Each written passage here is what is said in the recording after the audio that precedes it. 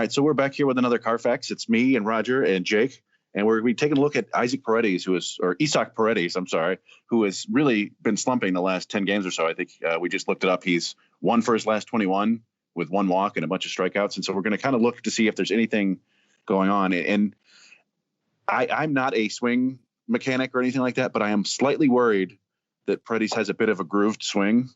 And what that means is that he just doesn't really manipulate the barrel very well, and his swing is kind of the same every time. And so my worry is that he can't really make hard contact unless it's basically right down the middle.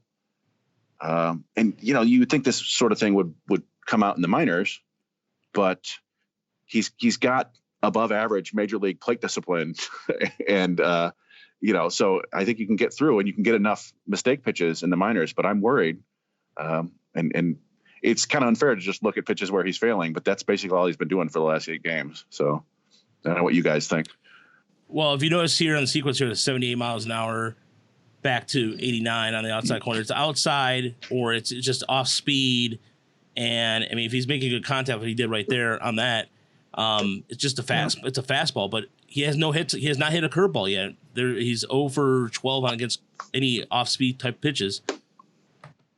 Yeah, so what I see is his swing is it's kind of mildly uppercut, and it looks like it can only there's his hit. That's his one hit. A nice line drive to center. But it seems like he can make contact at the bottom of the zone because of the path of the swing, and then in the middle. But everything else is just kind of weak. Yeah, these pitches outside, he's just burying into the dirt pretty much. Yeah, and you know, they're throwing him, as Roger's saying, they're throwing a lot of pitches below the zone. And in a minute, we're going to see him get shafted on some bad calls, too. That doesn't help. But we got Caleb Thielbar. Oh, yeah, the photo on Mudhead.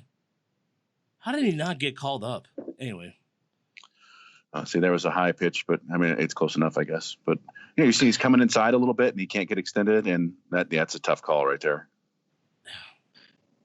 To me, on a lot of these, too, it looks like they're almost playing to his patience a little bit. Like, they'll throw a get me over curveball or the first pitch fastball for a strike. And then from there, you know, they kind of try to expand the zone a little bit, and sometimes it works, sometimes it doesn't, but a lot of times it puts him in a hole. And then it's like, you know, he's swinging at pitches from there on out.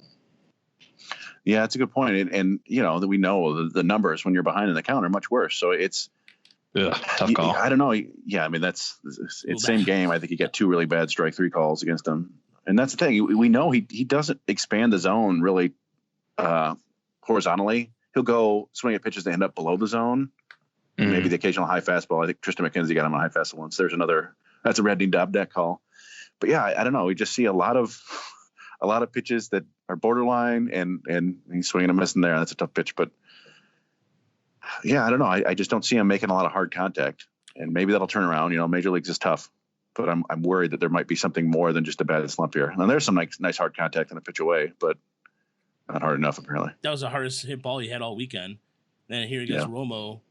Romo starts him off. Who just throws nothing but sliders and curveballs anyway. 75, 76. Yeah. That's what you're gonna get from him. That's a nasty pitch. That is a nasty pitch. Ooh, that was nice. This is Sean Poppin. What's poppin'? There's a 94 back inside. Mean, it's inside, outside. Mm-hmm. Yeah. And we see he's got, again, he's rarely fooled, and he makes good contact. It's just not, and like he makes contact frequently. It's just not good contact. And I don't know, maybe that's the next step. Whoa. But that's a pitch you know, it's right down the middle at 91. I know baseball's hard, but he just popped it right up. Yeah. I mean, in the grand scheme of things, it's a tough stretch, and he's still 21, 22 years old. So it's plenty of time to figure it out. We're not pressing the panic button by any stretch, but it's been a tough little go for him here. Yeah. We wanted to just, I just wanted to kind of see what was, there's 83 at the bottom of the zone, kind of see what was pressing. And again, with guys like this, once they get the film on him once or twice, it's just a matter of his passing strategy along. Yeah. There's kind of a book. Yeah. Maeda, who just is nasty anyway. Go ahead, Chris. Well, in the minors, he would go through stretches like this where he would get pull happy because basically all his power is to the pull field. He'll occasionally hit a home run in center field, but he doesn't really have much power at the opposite field. But if he's going the other way, he gets more hits. But yeah, I mean, we saw a couple times there. There's a pitch away and he pulls it to the third baseman of the shortstop. So I don't know. Yeah, it's been a rough stretch. Hopefully, I don't know if we enlighten you any there. I think I'm a little bit more alarmed than anybody else, but we'll see. Hopefully he turns it around.